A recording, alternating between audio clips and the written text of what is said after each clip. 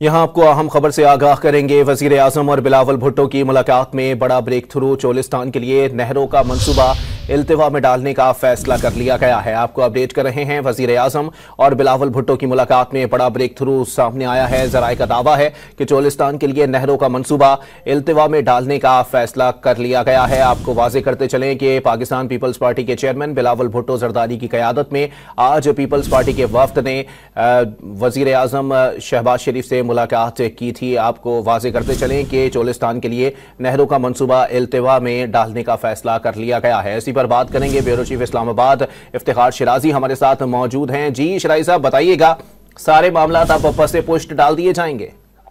जी बिल्कुल, इस मुलाकात में जो काफी देर तक जारी रही है, अब बताया ये गया है जराये की जानिब से कि जो सिंध हुकूमत और बिलखसूस पीपल्स पार्टी के कंसर्न हैं उनको बड़ी संजीदगी से सुना गया है और उनके ऊपर कहा यह गया है कि वो कंसर्न अब उनको एड्रेस करने के लिए भी कोशिश की जाएंगी। और इसी के तनाजुर में फौरी तौर पे जो फैसला किया गया वो ये किया गया है कि जो कैनाल मंसूबा है चोलिस्तान के लिए उसको अभी इल्तवा में डाल दिया गया है। और जरा हमें ये बता रहे हैं कि अब इस मंसूबे को आसर नो रीडिजाइन किया जाएगा और पीपल्स पार्टी और बिलखसूस सिंध हुकूमत को मुतमईन करने के बाद ही इसके ऊपर अब अमल दरामद होगा।